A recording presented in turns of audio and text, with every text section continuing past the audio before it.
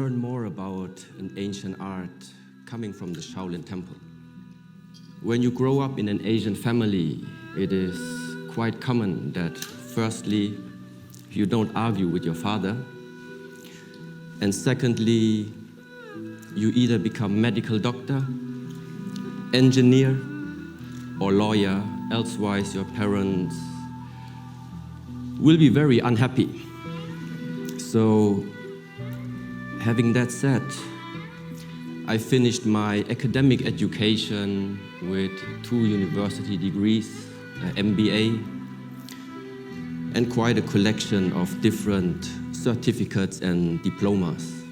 Everything that my parents thought be useful to have. But throughout this education,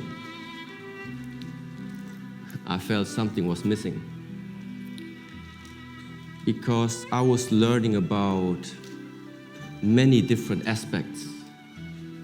How the plant is working, what an atom is made out of, how a political system is functioning. But somehow the subject was missing to learn something about myself.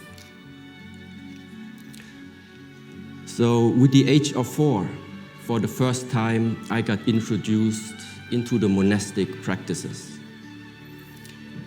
And I was very happy to find out that the main part of these practices were dealing with the exploration and the discovery of yourself.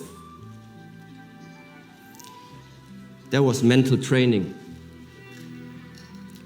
development of behavior, combined with the physical training, all aspects of what nowadays is known as Shaolin Kung Fu.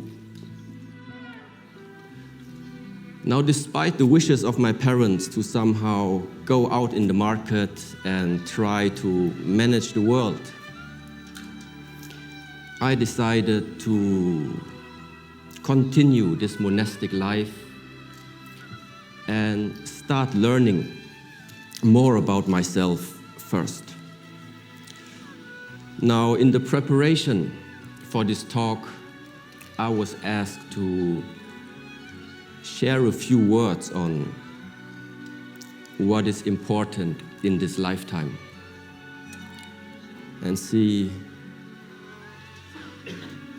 it's already challenging to put 3 decades into a single talk. But the picture I would like to show you summarizes very much what I consider as being valuable in this lifetime. There is something about sharing with others. There is something about connection. There is the training and development of yourself. It is to enjoy your time, even doing nothing. And one main aspect is to find a way and do the things you like to do. Now, when I received the invitation to have a talk at today's event, especially under the slogan, High, Higher, Highest, something very particular came up on my mind. And a master from the Shaolin Temple once told me a story that I would like to share with you.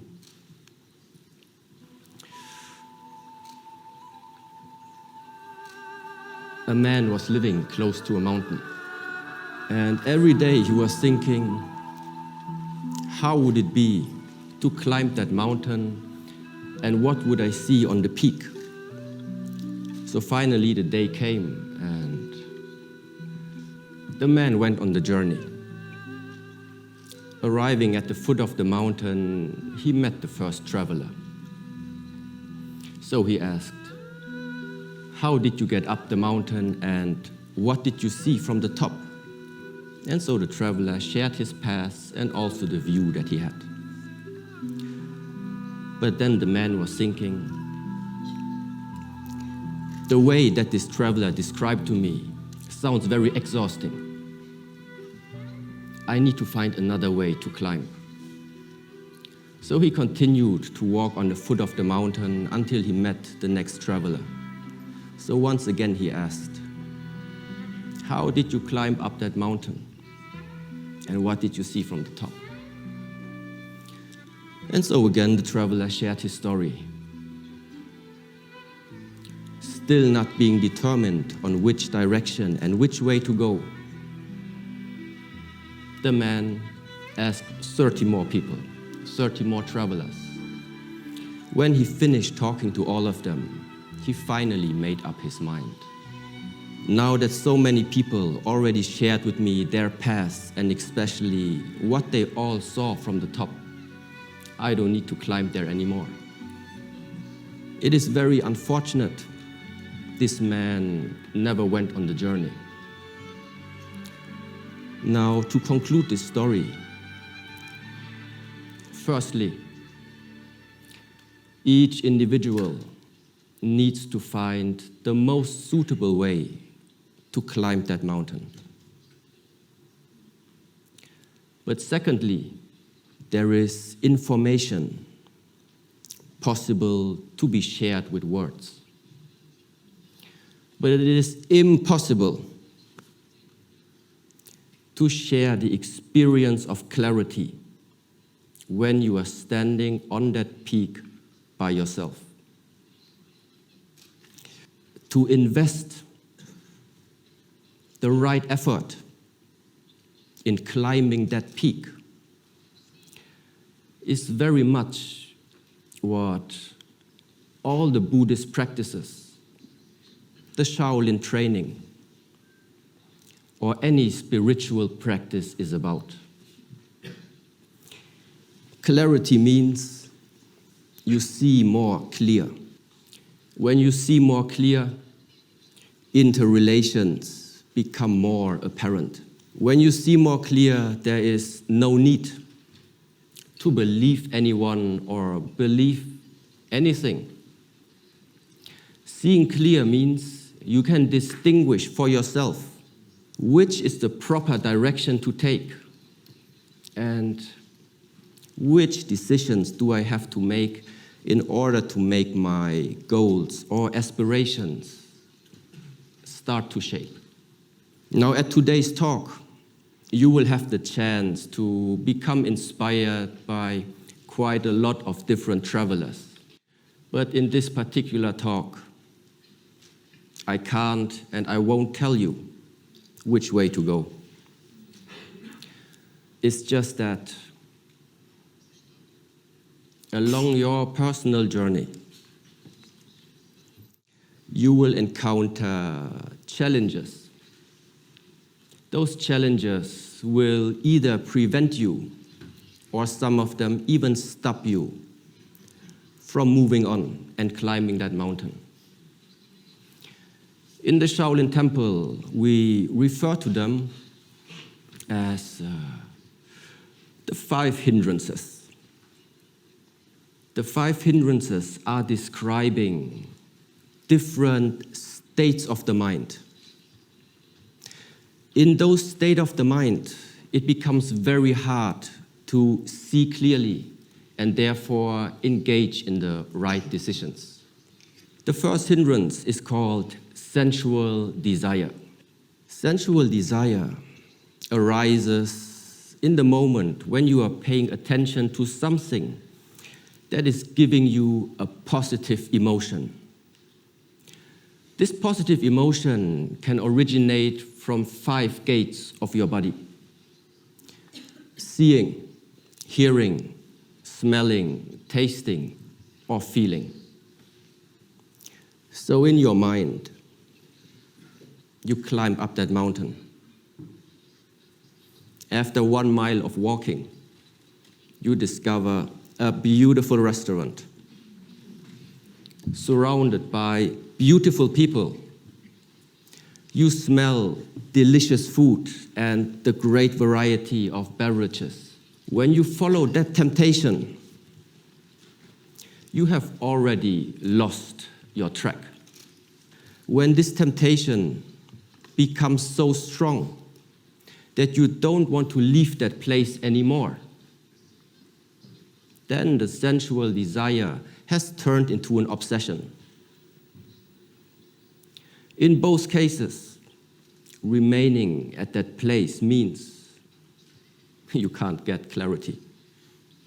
The second hindrance, ill will, describes a state of the mind that arises from negative emotions.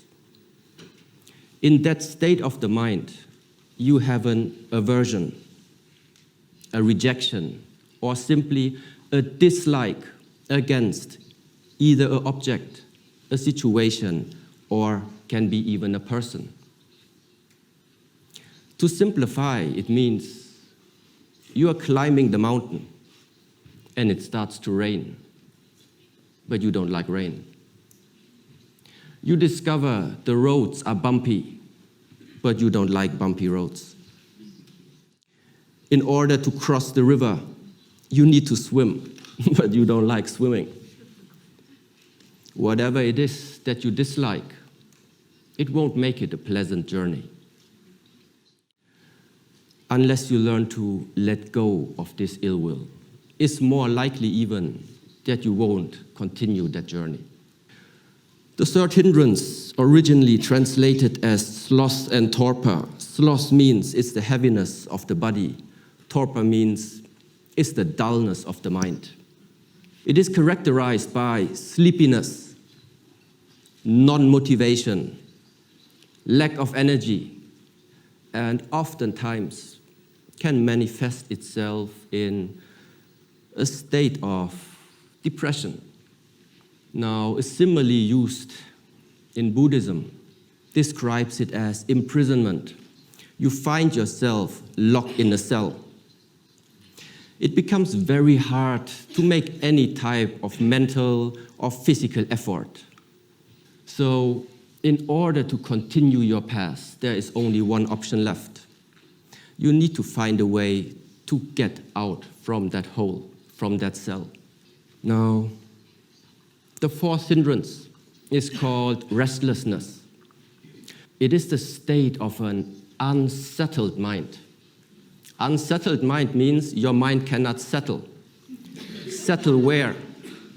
Settle in the present moment.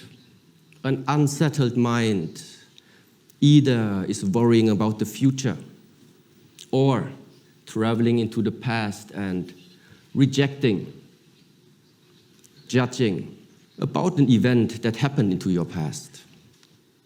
A simile used here is the monkey mind, constantly jumping from one branch to another, unable to stay for a too long time at the present moment. The problem is there is no time to see clearly anymore.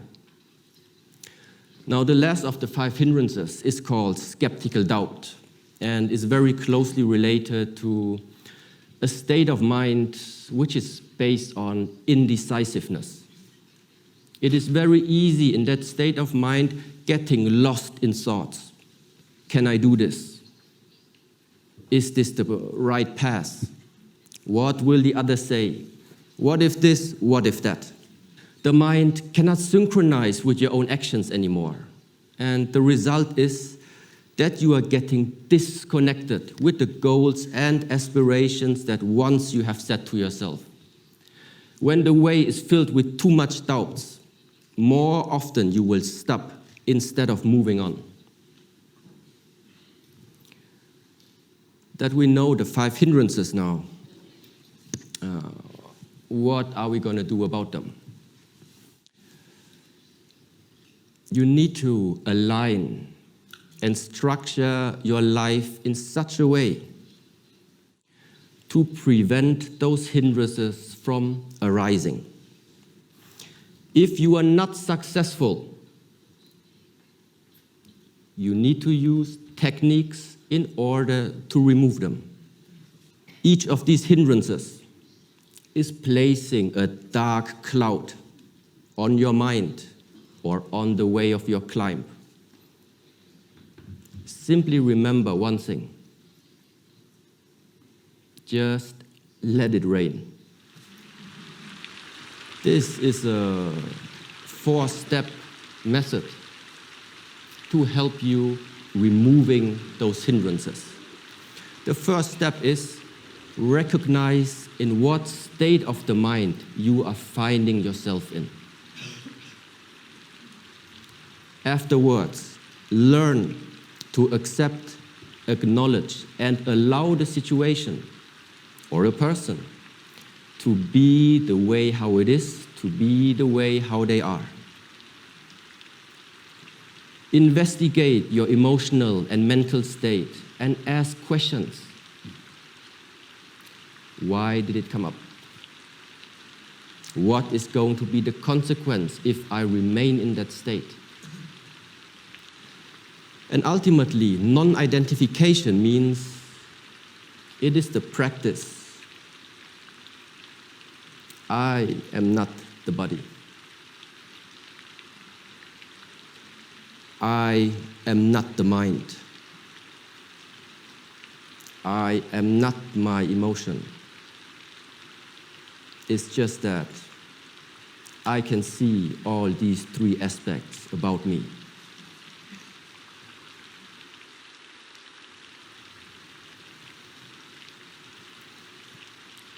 All of our lifetimes, all of our lives are too unique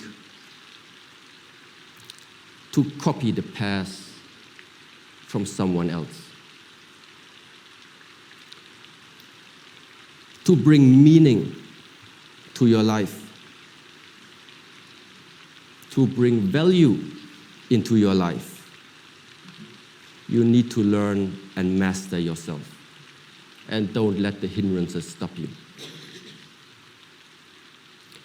If any of you chooses to climb that path to clarity, I will be very happy to meet you at the peak.